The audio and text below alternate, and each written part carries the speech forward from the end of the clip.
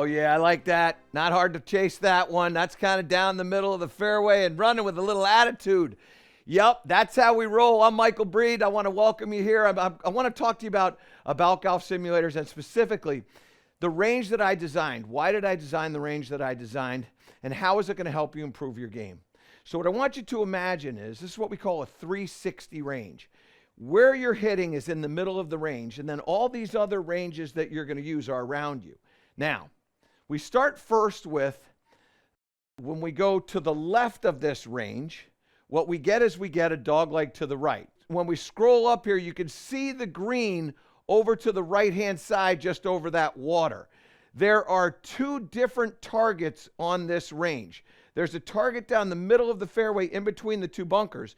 And then if you're so inclined, there's another one that's over on the right-hand side, which I'm going to hit to. But what this range asks you to do is the following. It asks you to move the ball from left to right. And one of the things that was in my head when I was designing this range was, how do we use ranges as a whole? And how do I get the player to use an indoor range like this and get the same nervousness and the feel that you go when you're standing on that first tee and it's a dogleg to the right and there's real consequence? Because when you're on a range, there's no consequence. But when you're out here on this range, this dogleg to the right range, if you hook it, it's going into the bunker, it's going into the water on the left-hand side, it's going to be in trouble. So let's hit another one on this range, and this time what I'm going to do is I'm just going to hit a little brush cut. Now, if I hit this full, if I hit this solidly and it goes straight, it's going to go through the fairway and into the rough that's through. Many of you play holes that are just like this, so what I'm going to do is I'm going to make sure that I hit a cut. Now, how do you hit a cut? That's going to be the question. Like, are you working on developing a golf swing that can move the ball to the right or move the ball to the left? I don't primarily practice on the other one that I'm going to show you later. I primarily practice with my driver on this one because I like to cut the ball. So this is a comfortable shot for me. This is kind of aim over there, and then let's just hit a little brush cut. And so I start it down the left-hand side. It's fading back to the right, not as much as I wanted to fade it. But what also happened was I didn't hook it. So it just grabs the edge of the fairway, and that's a great tee shot. If that was the very first hole that you played for the whole day, you would be thrilled with that outcome, as am I. Start my shots down the left, move it over to the right, okay? All right, let's go to the next range here, and we're going to continue to go to the left. So now we go to the left. This is what I call the wedge range. And Greg, if you just pop the different yardages in there, what you're going to see is down the right-hand side will be all the 10s. So 20, 30, 40, 50, 60. And then when you're down the left-hand side, those are the 5. So it starts at 15 and it will go out to 155. This is the closest one on the left-hand side. It's 15 yards from me. So if I'm hitting a little 15-yard chip shot, what am I going to do? Where am I going to land it? How's it going to roll out? If I hit the next one, it'll jump across that range and it will go to the 20. There's the 20. So many times when you're hitting short little shots, you've got a 15-yard shot, you've got a 20-yard shot, you've got a 25 shot, you might have 110. This range is completely flat. So Greg, just keep arrowing up, and this will just keep zigzagging back and forth. You get a little bit, yeah, there you go. And what ends up happening is that you're now out at a different number. My guess is 20, 30, 40, 50, 60. That's a 70-yard shot right there. Again, 0's on the right, 5's on the left, and it goes all the way out to 160 yards. So this is all about your wedges. And one of the most important things that you can do is improve your wedge play. So knowing how far you hit it, having an idea of how it's going to react when it lands on the green, how does it spin, and you can change the firmness of the green. So very, very important to be able to dial in those wedges. And this is what I also share with people. Most people have at least 3 wedges. So I play 3 wedges. But there are a lot of people that play 4. They'll play a 48, a 52, a 56, and a 60. That is literally more than a quarter of the clubs in your bag are wedges, and you're not practicing them. Well, this is actually going to invite you to practice it, because what you're going to do is you're going to get out here and you go, well, how far do I hit my 46? How far do I hit my 52? How far do I hit my 60? Whatever it is that you're working on. And then how do I take some distance off, which I'm going to share with you in a later video of how you can dial your wedges in using the wedge range and help you improve. So this is a really, really important part of the 360 range. Now, let's go to the next one.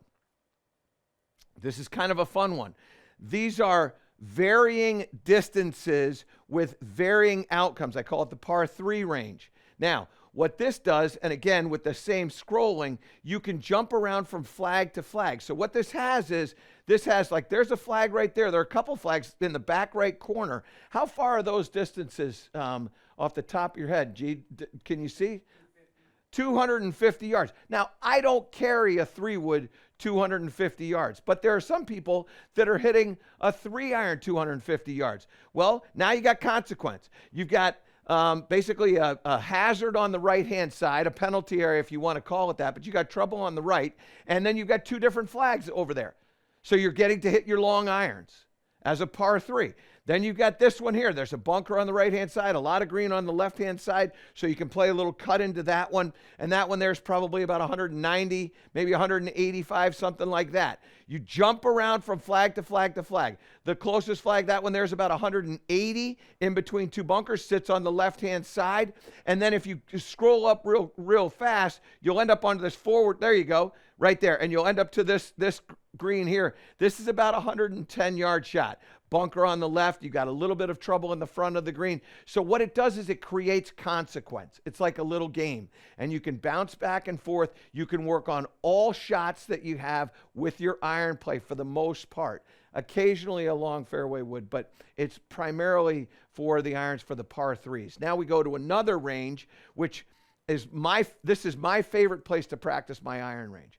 There are so many flags out here, so many different green complexes, so many challenges with bunkers and water, that what I would love to do, Greg, if you could, is just lift this one up in the air so that everybody can see what this is going to look like. And what you're going to see is you're going to see all these flags that exist on these different greens. And don't forget those flags that are way, way, way out in the distance. But what we've designed here is we put a lot of bunkers in here. That's a great shot.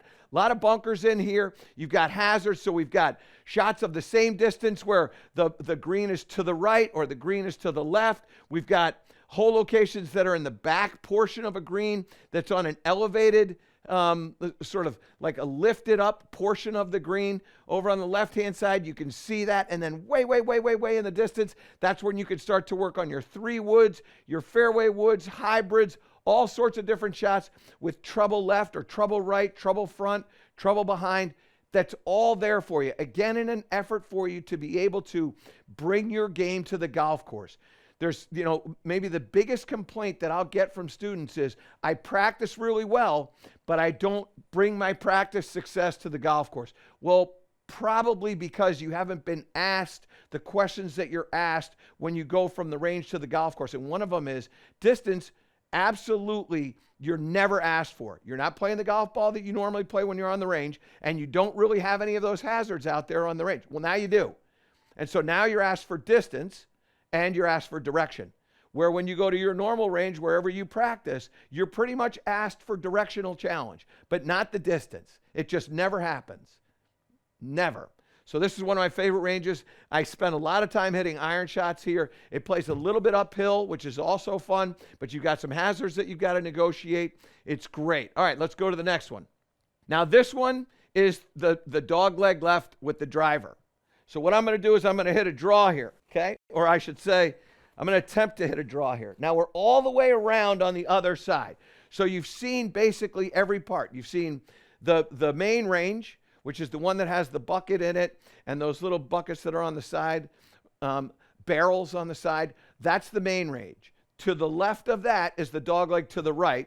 To the right of the main range is this hole that we're playing right now, the dog leg to the left, and it's just a tee shot. So it will allow you to hit your tee shot, and then it will recenter back to the tee again so you can keep working on, like if you struggle moving the ball right to left, as I do, not my favorite shot, I like to fade it. This is a shot that I'll work on. Now, what I'll typically do when I'm doing this, I work on this with my 3-wood. So I primarily will fade the ball with my driver and draw the ball with my 3-wood. If I have to draw it, I'll hit 3-wood. Drawing the ball with my driver, not my favorite shot. Certainly something that I should practice. And this is something that you'll use a lot as well. Okay, so here we go. We got a little draw going. Now we got to think about how I'm going to hit a little draw. So I'm going to strengthen up that grip a little bit, aim a little to the right, move that ball, and then see if we can't get the shoulders to work a little harder and hit a draw. And there you go. Oh, yeah. Maybe I don't need to practice. Look at that thing turning over like Tom Lehman, just down the right-hand side with a little bit of a drawer. I like that shot. It's honestly like this was a little project of mine. I wanted to have a range that you could really get better, but you could also practice the shots that feel like the golf course, so that when you go out on the golf course, you've got these images and these challenges that you've accomplished so that you can have success. It's the 360 range, only at About Golf, and I know it's going to help you improve your game.